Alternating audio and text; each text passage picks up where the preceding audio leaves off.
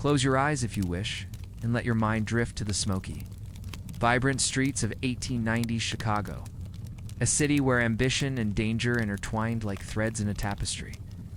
The air is thick with the scent of coal dust, fresh-baked bread from street vendors, and the faint briny temps of Lake Michigan. It's 1893, and the world's Columbian Exposition has transformed Chicago into a beacon of progress, drawing millions to its gleaming pavilions. Yet beneath the city's pulse lies a darker rhythm, one of deception and dread. Hey everyone, welcome back. Before we dive in, don't forget to hit that subscribe button. It motivates me to make more content like these for you. And let us know in the comments where you're tuning in from today, and what time it is for you. We love hearing of how many places or people joining us from. Tonight we'll step into the world of H.H. Holmes, America's first documented serial killer, and imagine the suffocating reality of working as his assistant. We'll trace his murderous empire, explore the unsolved mysteries of the fair, and uncover the cunning of Chicago's elite con artists. This is a journey into a time when trust could be a fatal mistake, told with a gentle cadence to ease you toward rest. Settle in, breathe deeply, and let the story of Chicago's shadows carry you softly forward. Our tale begins in the heart of Englewood, in the shadow of a building that promised hospitality but delivered terror, the infamous Murder Castle. Picture yourself in the spring of 1893, standing on a bustling corner in Chicago's Englewood neighborhood, where the clatter of horse-drawn carriages mingles with the cries of newsboys hawking the Chicago Tribune. The city is alive with the energy of the World's Fair, its pavilions a few miles north, drawing crowds from across the globe. You're young, perhaps 22, with worn boots and a few coins in your pocket, seeking work in a city where opportunity glitters. But survival is a daily grind. A classified ad catches your eye. Assistant wanted for a respectable doctor and hotel proprietor, H.H. Holmes. Duties, errands, bookkeeping, guest services. $6 weekly. The pay is modest, but steady in a city where rent for a cramped room costs $2 a month. You respond, and soon you're standing before the castle. A 3-story brick building at 63rd and Wallace Streets, its tall windows reflecting the gray Chicago sky. It's grand, yet something about its uneven angles and shadowed doorways feels wrong, like a melody played out of tune. Inside, the castle is a labyrinth. Hallways twist into dead ends, staircases climb to blank walls, and doors open to nothing but plaster. The air is heavy, laced with the sharp bite of carbolic acid from Holmes' pharmacy on the ground floor, and a fainter, earthier scent, like damp stone or something left too long in the dark. Holmes greets you, his blue eyes sharp, his smile warm but calculated, like a merchant weighing goods. His voice is smooth, almost hypnotic, as he assigns your tasks. Deliver packages to unmarked addresses. Collect rent from tenants in the building's apartments, and never ever enter the locked rooms on the second floor. His instructions carry a weight, a subtle threat beneath the charm, and you feel your pulse quicken, though you can't yet name why. Your days begin early as dawn paints the city in hues of gold and gray. Chicago's streets are a cacophony. Streetcars rattle, vendors hawk sausages and apples, and the distant whistle of trains cuts through the morning fog. You run errands across Englewood, carrying parcels wrapped in brown paper, their contents a mystery.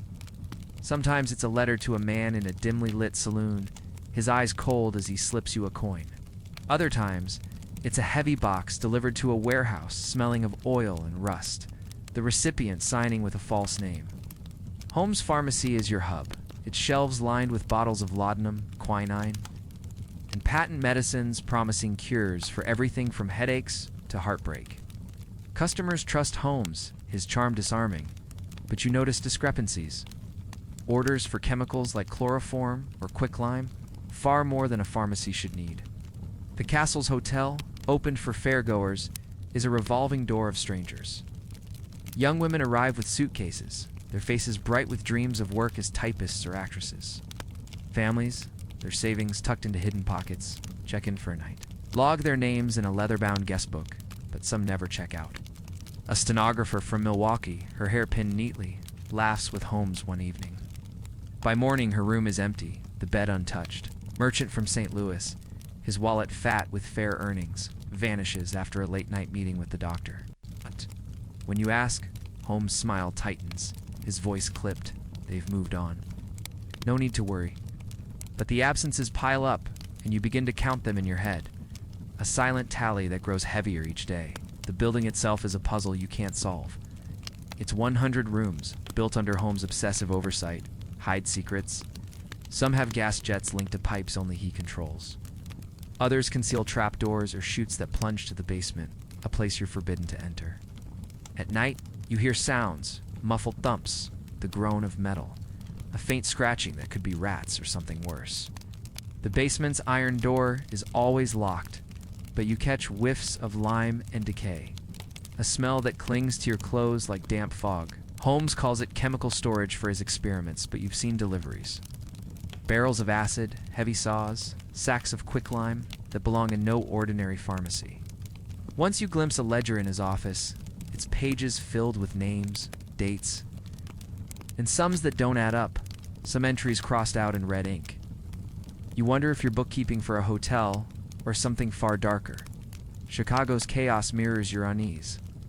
Englewood is gritty, its streets lined with saloons, pawn shops, and tenements where families cram into airless rooms. The air smells of horse manure, coal smoke, and the faint sweetness of spilled beer. Pickpockets and conmen prey on fairgoers, their hands swift in the crowds. You eat simple meals in the castle's kitchen. Bread, watery stew, a boiled potato. The clink of your spoon a small comfort against the growing dread. Holmes watches you, his gaze sharp as a blade, especially when you linger near locked doors or ask about missing guests. He sends you to meet men in shadowed alleys, their faces hard, handing you envelopes of cash or documents you're told not to read. Each task feels like a test, each errand a step closer to a truth you fear. The fair's visitors keep coming, drawn by Holmes' low rates. $1 a night, cheaper than downtown hotels. Many are women, their dreams tied to the city's promise. You see their faces, hopeful as they sign the guest book, and you try not to memorize them, but you do. Days later, their rooms are empty, their belongings gone, and Holmes' explanations grow flimsier. You begin to suspect you're complicit, though you don't know how. The city's pulse, streetcars, shouts, the clanging of factory bells, feels like a shield. But it can't silence the fear that you're trapped in a web of his making. Yet you stay, the job pays. And in a city where work is scarce, that's a lifeline. Holmes' charisma holds you, his promises of a raise or a share in his business ventures just convincing enough to keep you from running. Your nights end with walks through Englewood's gaslit streets, the flicker of lamps casting long shadows. Saloons spill laughter, but you feel alone, the castle's secrets heavy on your shoulders. You wonder about the guests, the locked doors, the smells from the basement. You wonder if one wrong question will make you disappear. 2. Life as Holmes' assistant is a constant dance with suspicion. A quiet struggle to survive in a world where danger wears a human face. The city's vibrancy, its promise of progress, feels hollow when you're tethered to a man whose smile hides a void. This was the reality of working for H. Holmes, a man whose charm was as deadly as the traps in his castle. But who was he? This doctor who turned a hotel into a slaughterhouse. Let's step back and trace the arc of his life, a story of cunning and ruin that captivated a nation. Now, imagine yourself as a silent observer, watching a man who seemed to command Chicago's chaos with a flick of his wrist. H. Holmes, born Herman Webster Mudgett in 1861 in Gilmanton, New Hampshire, was a figure of chilling duality, brilliant, charismatic, and utterly ruthless. Picture a quiet New England town, its rolling fields scented with pine and fresh-cut hay, where neighbors knew each other by name. Young Herman stood out, his quick mind earning praise from teachers, his charm disarming even the sternest elders. But there were whisper stories of a boy who dissected frogs with unsettling focus, who lied effortlessly to dodge blame. By 16, he was forging checks, a small crime that hinted at the empire he'd later build. In 1882, Mudgett enrolled at the University of Michigan's medical school in Ann Arbor, where the air was sharp with formaldehyde and the clink of surgical tools echoed in lecture halls. He excelled in anatomy, his hands steady as he worked on cadavers, but his true talent was manipulation. He began stealing bodies, faking deaths to claim insurance payouts. a scheme that netted him hundreds of dollars. By 1886, reinvented as H. Holmes, he arrived in Chicago, a city of 1.1 million, skyline rising with the first skyscrapers, streets alive with the clatter of construction and the dreams of immigrants. Holmes saw a stage for his ambitions, a place where a man with a silver tongue could carve out a kingdom. He started as a pharmacist in Englewood, behind a counter lined with glass bottles of tonics and powders. Customers trusted his warm voice, his assurances that a vial could cure their ailments. But his mind was always scheming. In 1887, he bought a vacant lot at 63rd and Wallace, envisioning a building that would serve both profit and predation. Construction began, with Holmes as overseer, hiring and firing workers to keep his plans secret. The murder castle took shape a 3-story maze with a pharmacy, shops, apartments, and a hotel. Its 100 rooms were a nightmare of design. Soundproof chambers, gas jets linked to his private office, chutes dropping to a basement with a dissection table, acid vats, and a furnace large enough to burn a body. The Chicago Tribune later described it as a house of traps, built with a purpose only Holmes understood. By 1893, the World's Fair brought 27 million visitors to Chicago, and the castle was ready. Picture the fair's white pavilions, their electric lights a marvel, while the castle stood 6 miles away, its doors open to the unwary. Holmes targeted the vulnerable, young women seeking jobs, travelers with cash, families drawn by rates as low as $1 a night. He'd charm them with promises of employment or romance, his voice steady as he led them to rooms rigged for death. Some were gassed, others poisoned or strangled, their bodies processed with chilling efficiency. Bones were stripped for medical schools, earning $200 per skeleton. Others were dissolved in acid or burned. Holmes confessed to 27 murders, but estimates range from 22 over 200, as many victims left no trace. The Inter-Ocean reported in 1895 that police found human bones in the castle's basement, confirming its horrors. Holmes' empire was built on more than murder. He was a master of fraud, using aliases like Henry Howard or H.S. Campbell.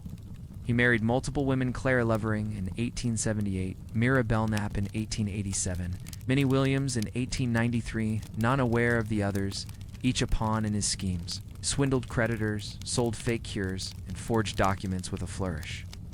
Picture him in his office, surrounded by ledgers, the scratch of his pen drowned out by the city's din. He insured associates, then killed them, as with Benjamin Pitezel, murdered in 1894 for a $10,000 policy.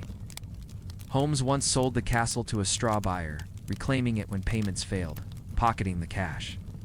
His pharmacy peddled miracle tonics, often just sugar water sold to fairgoers, desperate for health. His greed was his undoing. By 1894, creditors and insurers grew suspicious, and the Pinsel murder drew Pinkerton detectives. Holmes fled, taking Pinsel's children across the U.S. and Canada, killing 3 to cover his tracks. Arrested in Boston in November 1894, he faced trial in Philadelphia in 1895. The courtroom was packed, the air heavy with ink and polished wood, as reporters detailed the castle's horrors. Holmes' confession, printed in the Philadelphia Inquirer, admitted 27 murders, but claimed others lived. Few believed him. On May 7, 1896, he was hanged at Moyamensing Prison. His final words calm, denying some crimes but not all. The castle burned in 1895, possibly arson, its secrets lost to flames. Holmes' life was a dance of ambition and destruction. His charm, a weapon that disarmed until it was too late, was a product of Chicago's boom, a city that rewarded cunning but punished hubris. His story, etched in newsprint and whispered in Englewood's streets, remains a chilling testament to the darkness behind a smile. The fair was more than Holmes' hunting ground, though. Let's turn to the mysteries that haunted its crowds, where shadows swallowed the unwary, leaving questions that echo still. Imagine yourself at the gates of the 1893 World's Columbian Exposition, where Chicago's Jackson Park has become a white city of plaster and light. The air carries the scent of popcorn, roses, and the faint ozone of electric bulbs, a new marvel that dazzles the night. Over 27 million visitors flood the 600-acre fairgrounds from May to October, their footsteps crunching on gravel paths, their voices a chorus of awe at exhibits from Cairo to Tokyo. the Ferris wheel looms. Its 264-foot frame carrying 2,000 passengers per ride. But beneath this spectacle lies a mystery, one that clings to the fair like mist on the lake.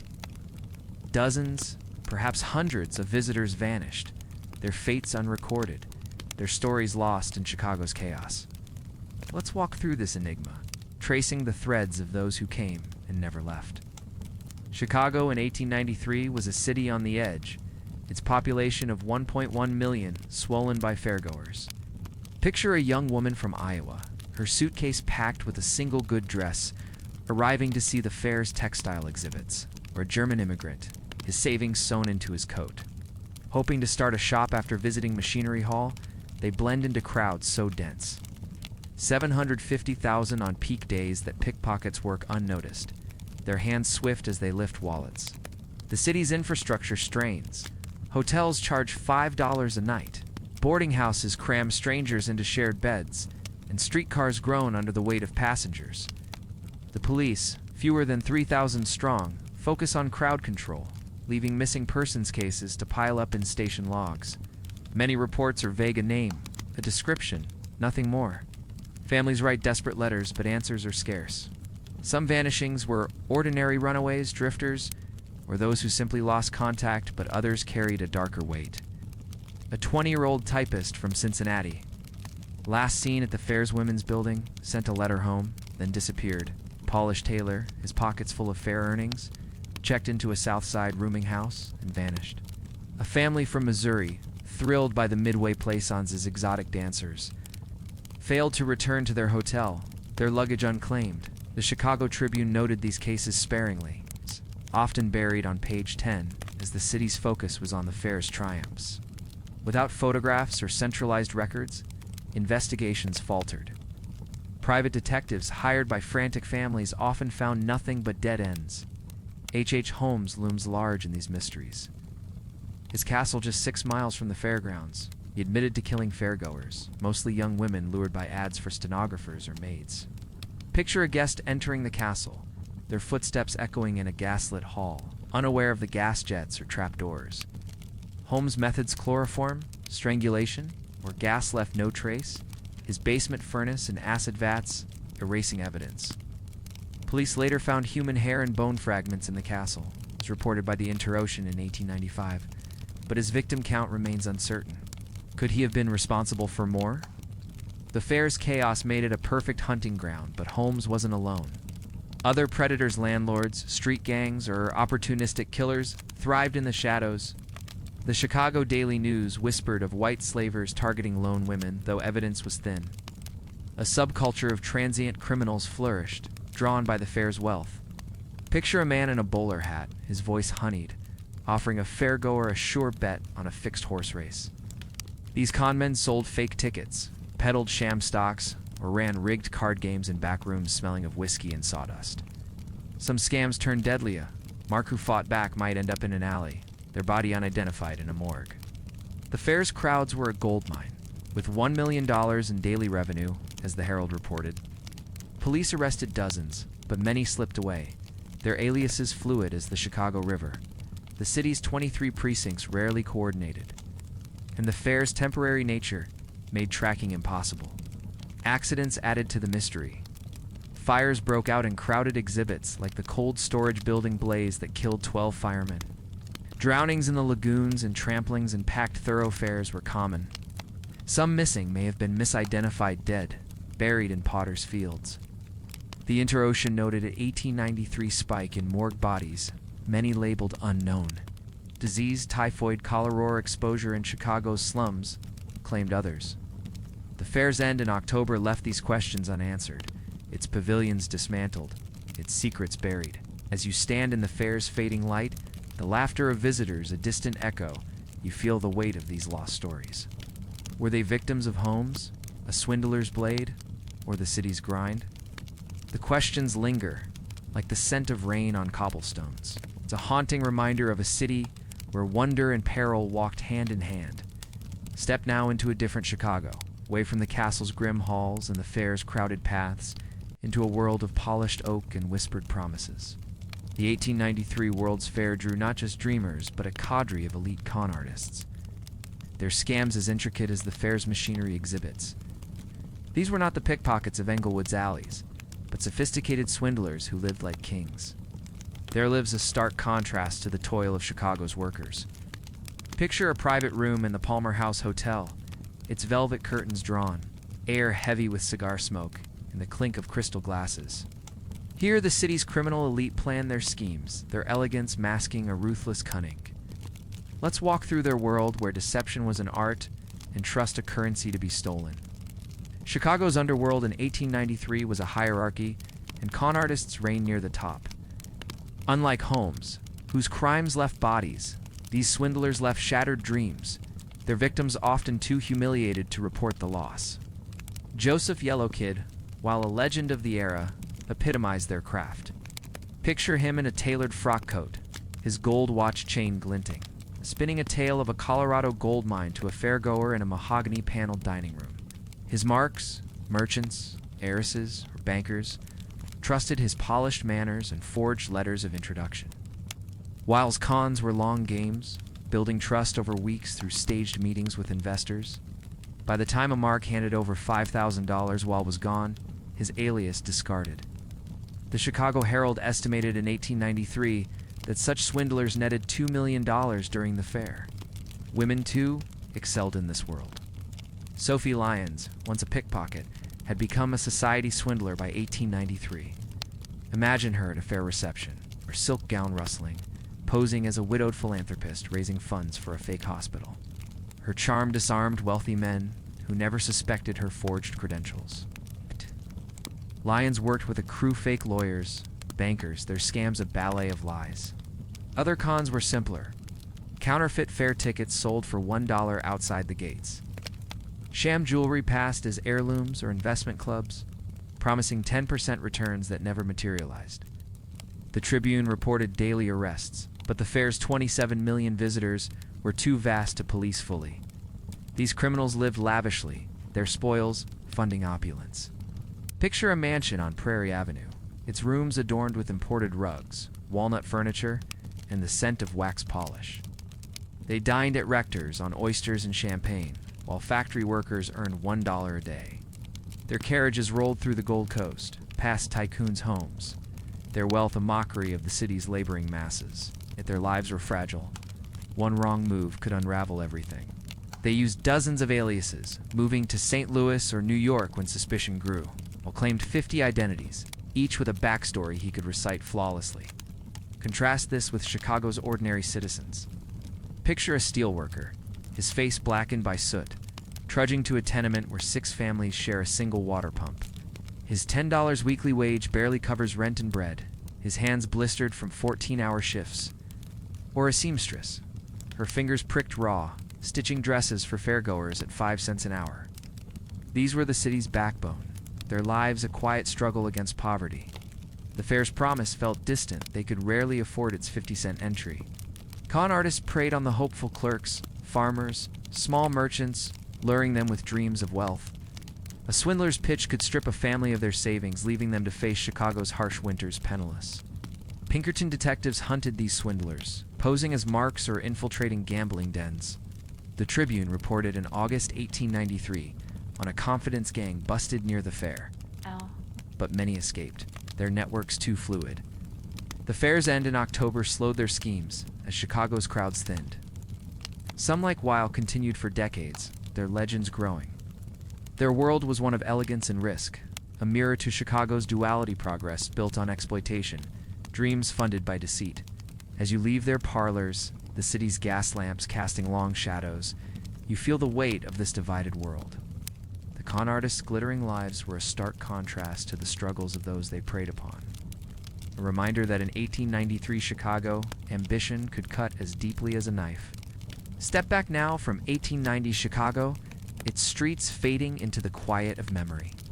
You've walked the castle's suffocating halls, felt the assistant's dread, traced Holmes' chilling empire, pondered the fair's lost souls, and glimpsed the con artist's gilded schemes. Chicago was a city of contrasts, its fair a beacon of progress, its shadows a haven for predators. The air, heavy with coal and hope, carried the stories of those who chased dreams and those who stole them. The assistant, the victims, the swindlers, they were threads in a tapestry of ambition, trust, and betrayal. Picture yourself on Lake Michigan's shore, the fair's lights dimming as night falls. The water's gentle lap, a counterpoint to the city's pulse. The castle is gone, burned to ash. Fair's pavilions are dust, its mysteries buried. What lingers is the resilience of those who lived through it, their lives a quiet echo in history's pages. Reflect on your world where 1893's dangers feel distant, softened by time. The past is a story told, its lessons tucked away. As you rest, let Chicago's shadows fade, replaced by the calm of your breath. The struggles of that era are behind you, and the present offers a gentle haven. Sleep deeply, carried by the quiet rhythm of tonight.